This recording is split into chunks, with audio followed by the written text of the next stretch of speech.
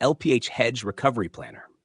This tool was created by Coach T for traders who are already in deep drawdown and no longer know what to do next.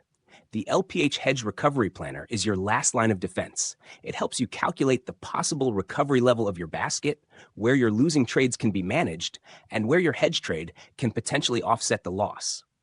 In this example, the main level to focus on is the basket BE.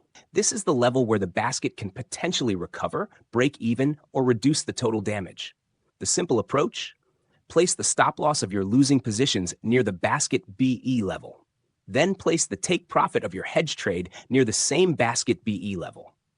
To confirm the math, check the OpenTP SL percentage panel below. This shows what happens if all your take profits and stop losses are hit, including the projected profit or loss, percentage change, and pip movement. But remember, being in deep drawdown should not happen in the first place if you are using proper lot sizing, proper stop loss, and disciplined risk management. This tool is not an excuse to overtrade. It is a recovery planner for emergency situations, built to bring structure, math, and discipline when emotions are already high.